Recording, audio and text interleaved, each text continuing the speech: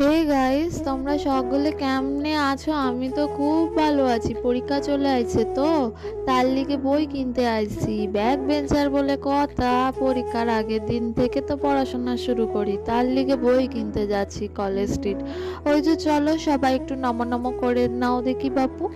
মোর বইখানা খুঁজতে খুঁজতে অনেক বেলা হয়ে গেছে বটে, আর খুব গরমখানাও পড়ছে।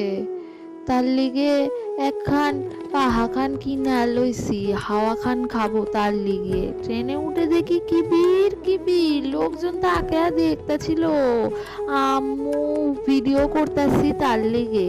যাই হোক, ট্রেন থেকে নাইমাই এক কান ব্যাগ কিনে সোজা মিষ্টির দোকানে চলে গেছি। আর ঠান্ডা ঠান্ডা জল খেয়ে শান্তি পাইছি যা। আরো শান্তির লিগে আইসক্রিম কিনে ফেললাম, যার ফ্লেভার কারণ একেবারেই পছন্দ হয়নি। যাই হোক, অটোতে উঠে সারাদিনে জানিয়ে একেবারে শেষ করলাম, তোমরাও জানিও।